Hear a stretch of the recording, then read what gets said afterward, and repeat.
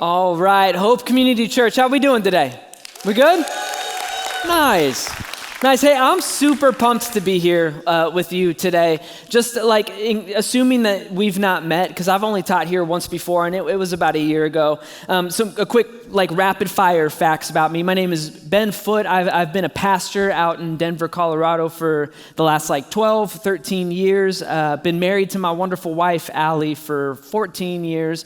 And then we got 3 little kids at home. Goes girl, boy, girl, ages 10, 8, and 5. Just rapid fire facts about me. This is always the point where I feel like I should tell you I'm 38 years old, even though I don't look like it, because some of you are doing the math and you're like, what episode of Teen Mom were you guys on? It's like, no, I just look very young.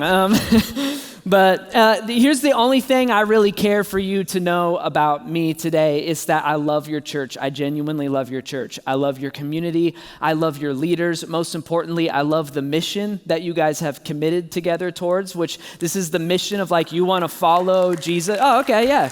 You're clapping for yourself, but a little rude. I'm teasing.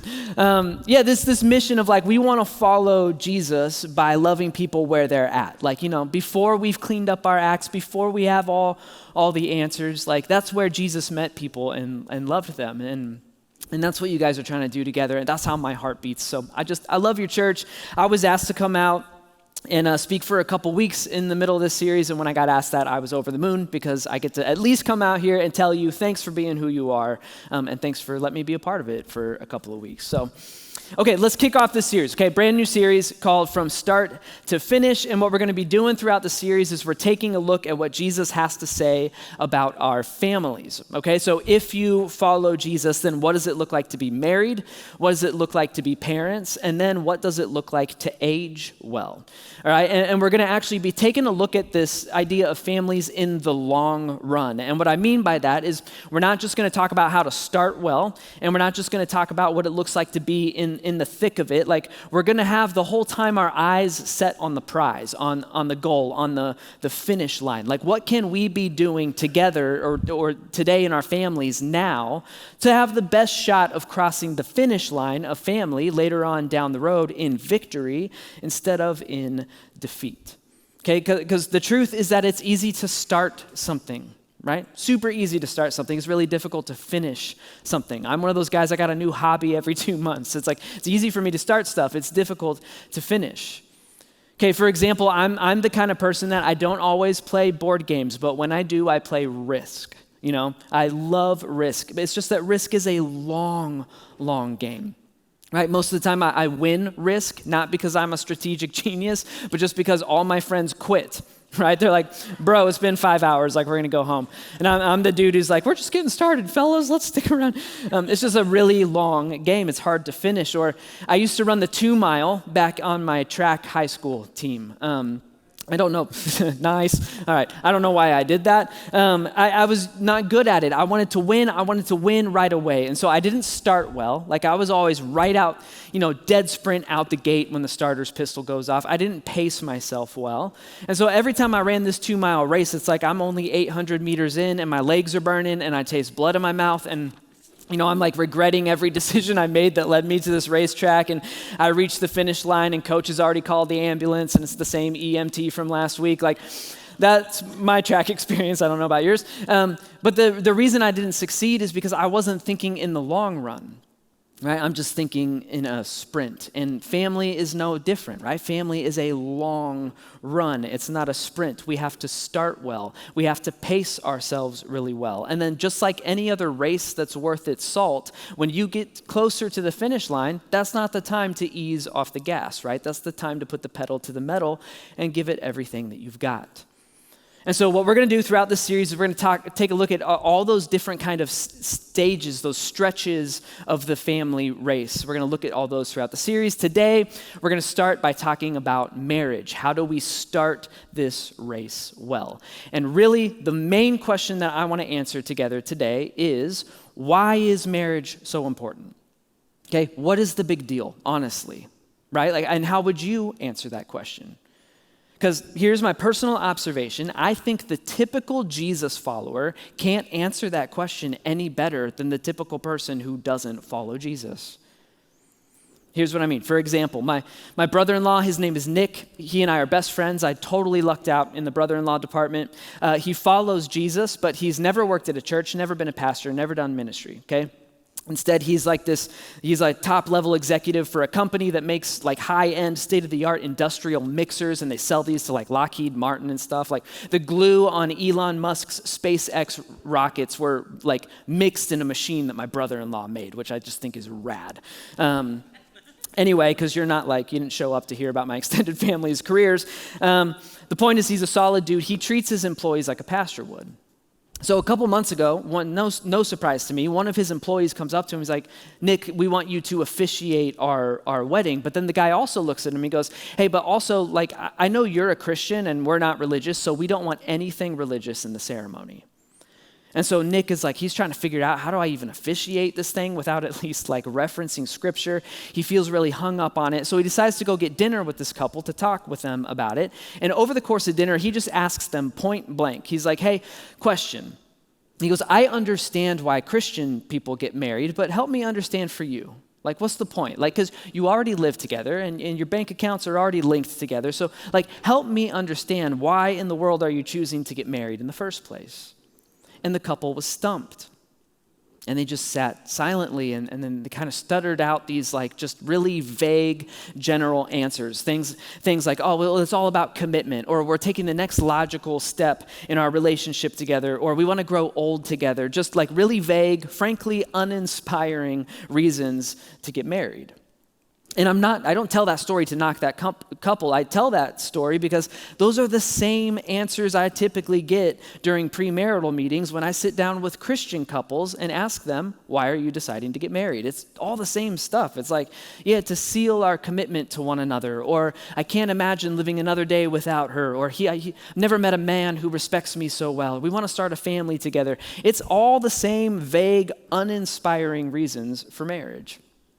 And the truth is that I just don't think most people can answer the question, why is marriage so important? I fear that the majority of us have lost the why for marriage. And whenever you lose the why for something, that is usually the first step down a long road that leads toward quitting. Right? This is why whenever I start working out, it only lasts for like 2 months. Because I have no idea why I'm doing it. It just feels like everyone else around me is like absolutely jacked and doing Tough Mudders or whatever. And so I'm like, I guess maybe I should do that too. That's not a good enough why, not good enough to keep going. If you don't understand why something is important, you eventually quit doing it. It's inevitable. And sadly, unfortunately, this is why it doesn't surprise me that the divorce rates amongst Christian couples are like literally no different than the divorce rates from people who don't follow Jesus. Because again, if you don't know why you're doing something, you're at risk of quitting.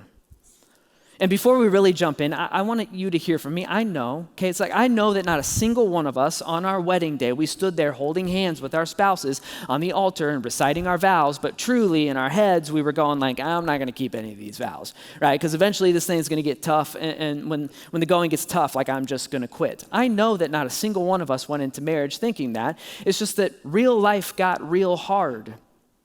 Right? It just got hard. And when the excitement of the dopey-eyed, like warm and fuzzy honeymoon phase wears off, or when the bills begin to pile up on the kitchen counter, or like when, the new woman at work starts paying a lot of attention to you, or when the skeletons finally come out of your closet, if you don't have a good why for your marriage, then you are at risk of quitting. Your marriage is suddenly at risk.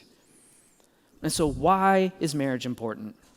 That's the question I want to tackle together today, whether you're engaged or you've been married for 30 years, or you're in middle school, or you're 20 and you're single and looking to mingle. Like, we should all be able to answer the question, why is marriage so important? And so let's see what Jesus has to say about this.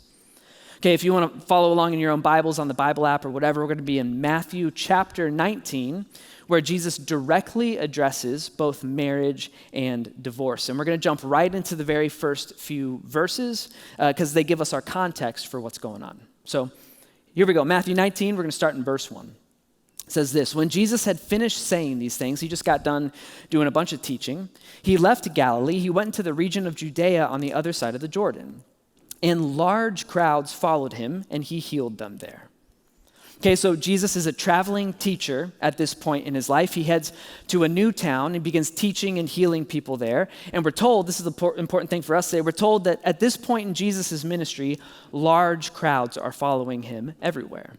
Right? Jesus at this point in his life has a pretty big following. Okay, next verse. Some Pharisees came to test him. All right, here's how they're going to test him. They're going to ask him a question. They ask Jesus, hey, Jesus, is it lawful for a man to divorce his wife for any and every reason? Okay, already we're going to take a time out to figure out what in the world is going on right now, okay? So first of all, we're told that the Pharisees, who are kind of like the leading biblical like scholars and experts of their time, they're trying to test Jesus, or in other words, they're trying to trap Jesus. Okay, what is the trap? Well, during Jesus' time, the topic of divorce was like this huge social, like theological debate. It was a very hot topic during Jesus' time, like every bit as volatile and politically charged as today's like American issues of abortion or gender equality or gun policies or climate change, you name it, okay? And without getting bogged down in all the historical background and the different interpretations of the Old Testament, like the easiest way to understand the divorce debate during Jesus' time is to know that there were just two sides of the argument. Okay, the first side of the argument said that God only allows divorce in the case of infidelity, if you get cheated on. Second side of the debate said God allows divorce for any and every reason. The second side of the debate was the more popular side of the debate during Jesus' time. It's the one that the Pharisees just presented to Jesus to trap him. Hey, Jesus, is it lawful for a man to divorce his wife for any and every reason? It's also the side of the debate that is most consistent with our current culture's view of divorce, right? It's like, hey, if both of you sign the papers, you're all good. But in Jesus' day, this like school of thought around divorce was abusive and specifically toward women, okay? Because the idea was that it was lawful, or in other words, like God ordained, God blessed to divorce your wife for any and every reason. And so the narrative being sold to women in Jesus' day was that God himself was giving the green light, like giving a double thumbs up, totally blessing men to divorce their wives whenever they want. And if you look at some of the old guidelines for divorce, not in the Bible, but in other books of Jewish law that were written during Jesus' time, you will see that they found a God-ordained, God-blessed divorce loophole for quite literally any and every reason. Like you could divorce your wife if she became, quote, I'm quoting, so don't get mad at me, quote, displeasing to your eyes. That was a lawful reason to divorce your wife. You could divorce your wife if she burnt the bread, not making that up. Like they wrote it out. Like some guy's wife burnt his bread and he's like, we got to make this a law. I can't take this anymore. Allie could have divorced me years ago. Okay, I can't make Kraft mac and cheese without screwing something up, all right? And then, so you could divorce your wife for any and every reason. If that weren't bad enough already, on top of that, Jewish culture at that time said that only men can file a certificate for divorce. Women can't.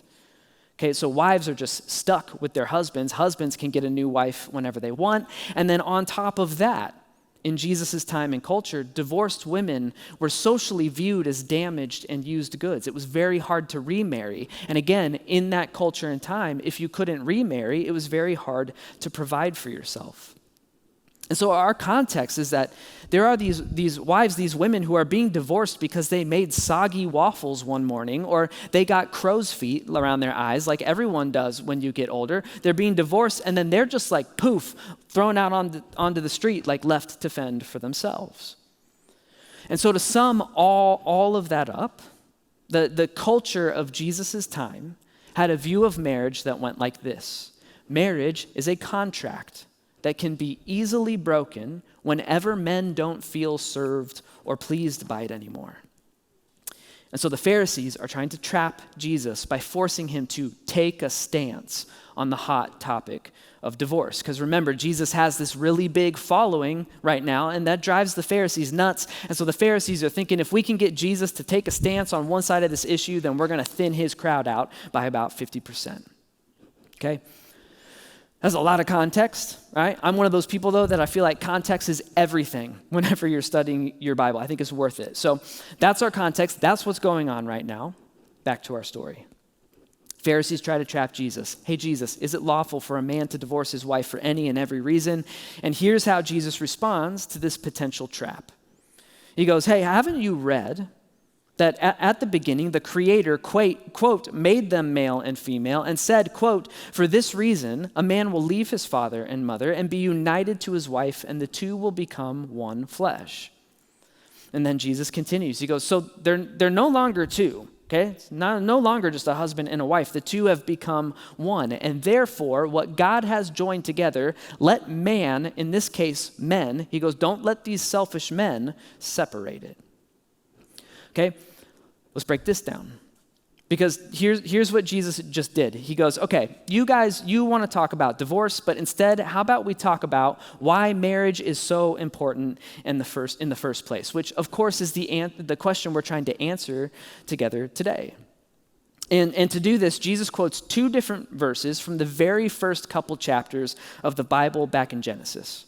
Okay, the first quote is when Jesus says the Creator made them male and female. Every Pharisee would have known that Jesus was quoting Genesis 1:27. It goes like this. So God created man, in this case, humanity, in his own image. In the image of God, he created him. Male and female, he created them. This is something I love about Jesus, because what he's doing by quoting this is he's drawing the crowd's attention to the fact that God created both men and women to be imagers of God, which means we're designed to reflect God's goodness to the world around us. So what Jesus is doing is he's jabbing at the current cultural idea that men is designed for women, or for men, and women are an afterthought. Jesus is doing what Jesus does best, which is he is advocating for the down and out, the underdog, in this case, women. He's elevating the status of women, raising them up to the status of men so that he can level the playing field. That's the first quote. The second quote is when Jesus refers to Genesis 2:24. It goes like this: for this reason, a man will leave his father and mother and be united to his wife, and they will become one flesh. And with this quote, Jesus is using the very first verse about marriage in the Bible to point everyone to the actual importance of marriage. He's getting to the heart of the matter. And the heart of the matter behind marriage is that when two people get married, something like deeply spiritual happens to them. Okay, something that it's out of the bride and groom's control. It's something that happens regardless of whether or not you even believe in Jesus. And what happens is that God unites the man and woman. The original word is this picture of God spiritually melting two people together, and he makes them one flesh, one spiritually inseparable unit. Why? To image God, to reflect God's goodness to the world around us. And so Jesus, he responds to this potential trap, and he goes, all right, listen, yes, men were created in God's image. Also, women were created in God's image to reflect the goodness of God to the world around them. And then Jesus goes, and when the two get married, it's almost like you forgot the first couple chapters of the Bible. When the two people get married, God unites them and he makes them into one spiritually inseparable unit so that now the relationship itself can also image God to the world around them. Now, I'm not going to cover the rest of this section of Matthew 19. Even though it's great, you should go read the rest of it. Jesus continues to challenge the Pharisees. He continues to elevate the status of women. He even takes time to elevate the status of single people, right? Which, by the way, I just want to say this. If you're in the room and you're single, I'm sorry that the typical church will make you feel lesser than. I'm sorry. I'm sorry that Christians have, for some reason, glorified marriage and parenting as if it's like the ultimate goal of a Christian's life. I'm sorry. It's a shame. It's also illogical because we follow and worship Jesus Christ, who lived his whole life without ever getting married or ever having kids. And we don't think he's lesser than, right? Pretty sure everyone in the room, most people in the room think he's like the top dog, right? So I'm sorry that the typical church makes you feel that way. But even though Jesus was never married, a lot of us have gotten married, so we do have to talk about it. And so for today, we're just going to stick with the verses that we've already covered and break them down because we just got the answer to our question. Okay, why is marriage so important? And here's the answer to the question. Here's why it's so important. By quoting those verses from Genesis, Jesus is telling the crowd that marriage is not a contract. Instead, it is a covenant. Okay? Covenant. That's like a word. I don't use that word every day. So what does covenant mean? In the simplest terms, a covenant is a spiritually binding oath between God and his people. And over the course of history, God has made several covenants with his people. Made a covenant with Noah to never again flood the earth, and made a covenant with Abraham that it would turn his family into a great nation that would bless every other nation. He made covenants with Moses and David, and then now you and I, we live under the covenant sealed by Jesus, the spiritually binding oath between God and us, that because of what Jesus did for us, you and I are now cleansed and forgiven, and we are new creations, and we're adopted into this new spiritual family, and we're sons and daughters of the living God, and we're co-heirs with Christ. Like, this is the good news. This is the gospel. That covenant is everything. And so in Matthew 19, Jesus just told everyone that marriage is no contract. Marriage is a covenant. Marriage is a spiritually binding oath between God and a man and a woman where God unites them and makes them one flesh so that the relationship can now image his goodness to the world around them. Remember the common view of marriage during Jesus' time. Marriage is a contract that can be easily broken whenever men don't feel served or pleased by it anymore. Jesus took that idea, flipped it upside down, turned it on its head, and he goes, no, actually, marriage is a covenant that cannot be broken without doing a lot of damage. And that's because marriage is a covenant designed to show the world what God looks like. The follow-up question in my mind, because I'm a critical person, like my follow-up question is like, okay, great, but how can a marriage uniquely image God in a way that's different from any other relationship? And the truth is, it can really do it in just one unique way, and this is the why. This is why marriage is so important. It's this: marriage is uniquely designed to show the world what God's never-ending, never-quitting love and commitment look like. That is the why behind marriage. I mean, like by design, it's really the only thing that makes marriage unique from any other relationship. Not better than, just unique. When you get married, whether you realize it's happening or not, God is spiritually, inseparably gluing you together on purpose and for a specific purpose to reflect his never-ending, never-quitting love and commitment to the world around you. How do you reflect that? Well, the truth is by never quitting on the person that you married. Before I dig into that idea, I just want to say this real quickly. I know that there are some situations where you needed to step out of your marriage because you were in danger or your kids were in danger. That's not quitting, all right? That's protecting yourself and your family. I'm not talking about those unique situations right now. But for the kind of marriage where no one's in danger, like this is the why. This is why marriage exists.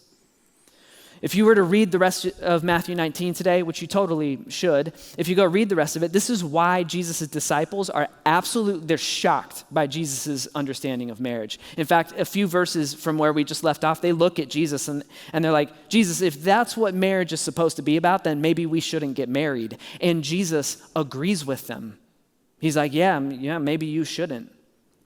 This is why in Ephesians 5, when Paul talks about marriage being a covenant that reflects Jesus' love and commitment to the world, Paul uses the term, he goes, marriage is a profound mystery. This is why we all intuitively understand that there's just something heavier and deeper about a marriage. And it's because marriage is not about feeling the warm fuzzies of young love for the rest of your life. It's not going to happen. Right? Marriage is not about tying your bank accounts together so that it's easier to get a mortgage. Marriage is not about having a better shot at raising healthy kids or feeling less alone or being blissfully happy. Even though I hope that some of those come into play for you, but they're still not the why. Okay? The why, the reason marriage is so important is because marriage is uniquely designed to show the world what God's never-ending, never-quitting love and commitment look like. It is the only reason he created marriage. And honestly, it's also the reason why the divorce hurts so bad. It's why it still hurts.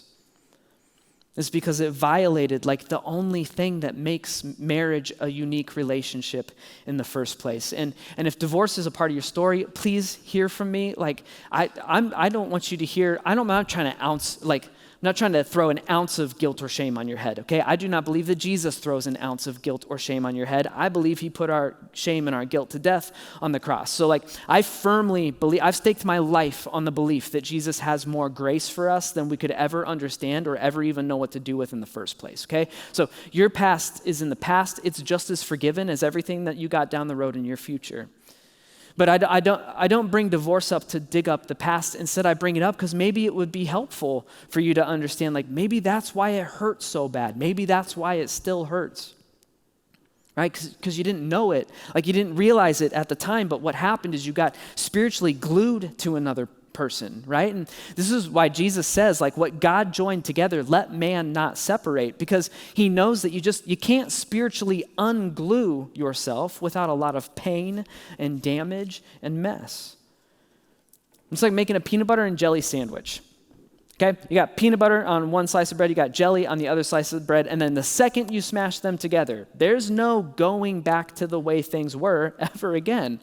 Right? You can't cleanly unglue it. You can't pull that sandwich apart and have, again, just jelly on one side and just Jif on the other, because it all got glued together. And this is why marriage is so important.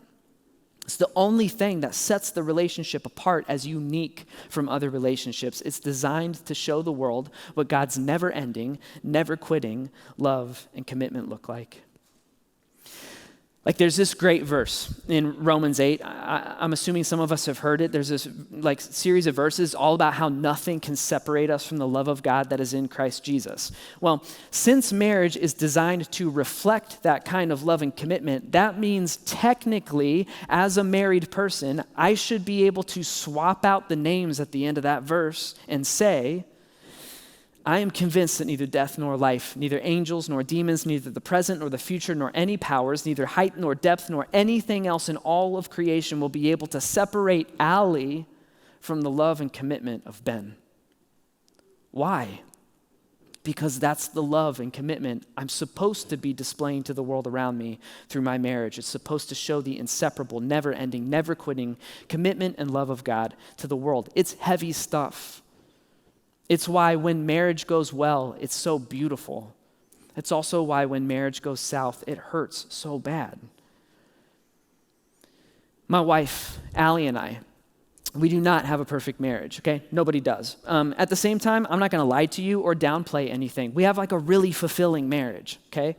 Notice I didn't say easy, I said fulfilling. And we do. And I think the central reason that we have such a fulfilling marriage is because we both understand what we got ourselves into, and we both absolutely committed to that why. And I'll never forget the moment this clicked for me for real, like deep down in my gut. Okay, it was 2009. We were engaged but not married yet. And we were sitting on the couch in Allie's townhome at the time getting wedding invitations ready, okay? So been sitting there for a couple hours, like addressing all these envelopes. Eventually, Allie gets a call from her mom. She takes the call. After a few minutes, she hangs up and she starts crying. And it turns out that Allie's mom's depression was really bad in that season, and that's what they were talking about on the phone. But then Allie starts opening up to me through tears. And it's like, here we are, we're addressing envelopes for our wedding that's coming in just a couple months. And Allie starts going like, Ben, like, what if you shouldn't marry me? Because like, what happens if I wake up a few years from now with the same kind of depression that my mom woke up with? Like, what if that happens, but then it's too late for you, right? Like, and you can't back out, and so you're stuck with me, like you're stuck with something that you never signed up for. And even though this was before I followed Jesus, something like Jesus-like clicked in my gut, and I had this deeply resonant, deeply rooted realization, like, I'm not going anywhere. I'm not going to go anywhere. Like, I'm never, ever, ever going to bail on this woman. And I'm signing up for the unknown. I get it. I'm committing myself to it. Like, for better or for worse, in sickness and in health, in joy or in depression, till death do us part. Like, I realized in that moment, like, I am not going anywhere. And I told myself, like, no matter what happens in the future, I'm sticking with Allie. And I might not be able to solve any of her problems, but I can at least help her carry them. And, I just realized it would be my honor to walk side by side with her every day of my life, just kind of propping each other up as we weather whatever life throws our way. Now, before you start thinking like I'm the romantic hero of my own story, here's the only reason I'm cool with telling you that story in the first place. It's because fast forward a few years into our marriage from that moment, and guess who woke up with depression? I did. And then you fast forward to today, 14 years into our marriage, guess who hasn't quit on me yet? Allie. And I can get like emotional even thinking about this. And it's not just because I'm so like deeply thankful for Allie. Like I can get emotional because I know that Allie is reflecting like just a glimpse of God's like never ending, never quitting love for me. And even that glimpse is like just overwhelming to me. And for me, it's like, okay, so if someone like Allie could love someone like me that way, then like how much more does God love us? And how much more committed to us is he? And how much less quit does he have in him? And if Allie could love someone like me in that way, then like maybe God really means it when he says that our darkest moments are completely covered and forgiven. And maybe God really means it when he looks at us each individually and he says, listen, for better or for worse, in sickness and in health, until the day you die and meet me face to face, I'm not going anywhere. This is the importance of marriage. And so before I pray and we all get out of here, I got a question for you. Like, where do you want to go from here? Where do you want to go from here? Like, I'm talking to any of us who are single or dating or engaged, or any of us who in the room who are married. Where do you want to go from here? Because if you want your future or current family to go places, if you want healthy, thriving relationships with your family 5, 10, 30 years down the road, if you want to finish well, that race starts today. It starts today, wherever you are in your journey. Right, maybe you're sitting here and you're like, I don't know, man, like it might be too late for my marriage. I don't think so, man. Start today. Maybe it starts by sitting down at the dinner table tonight or later today and just sitting down and having a long overdue conversation, right? And maybe it starts by looking her in the eyes and go, hey, listen, like I'm not going anywhere. Just in case you never heard that come out of my mouth, I am not going anywhere. I'm absolutely committed to you. It starts today. Starts today if you're dating. Starts today if you're in middle school, right? Starts today. Like, don't buy into our culture's lie that relationships are easily disposable as soon as they get complicated or confusing or challenging.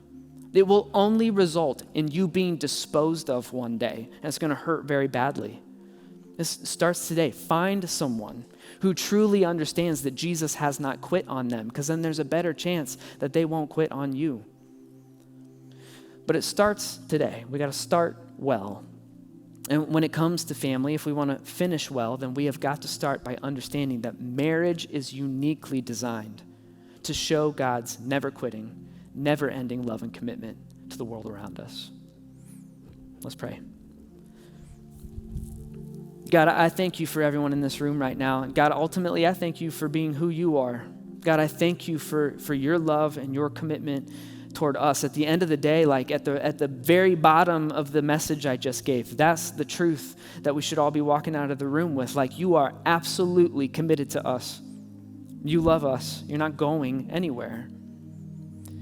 God, I pray for our marriages. I pray over our marriages. God, whether we've been married for a year, or we've been married for 50 years, or we're engaged and we're getting married down the road, like, God, would you please protect our marriages? God, would you give us courage to have the kind of conversations that we need to have with our spouses? God, would you give us the courage if we're dating to like go against the grain of what our culture says and look for someone who doesn't have any quit in them? And then God, anytime I talk about marriage, I know that for some people they can't help it. The past comes up and it comes with all of this pain. And sometimes it comes with guilt and it comes with shame. And God, for anyone who's feeling any of that kind of pain right now, I pray that you do what only you can do. Like I can't do it. A song can't do it. God, would you please just speak just even a glimpse of your peace into that heart. God, give them a glimpse of your grace and your mercy and your forgiveness. Give them a glimpse of just how committed you are to them in their life. God, I love you so much. Give us some discernment as we try to figure out how to build into our marriages in the way that you would. And ultimately, God, I thank you for who you are. And I pray all of this in your holy Son's name, Jesus Christ. Amen. Amen and amen. So grateful for Ben and just his leadership and kind of pointing us toward even the purpose of marriage, and just really grateful for this series. Look, if you have any questions for resources, or maybe my marriage isn't doing so great, how can my church help me out? What do I need to do? You can text the word family to 72989. That'll take you to our website. And there are different resources on there, including our Reengage class, which we just wrapped up actually last week. And it's a phenomenal experience. If you haven't taken Reengage, it's a great first step, and registration is already live for the next go around. All right. Well, look, guys, we absolutely love you. Let's go be the church, and we'll see you next week.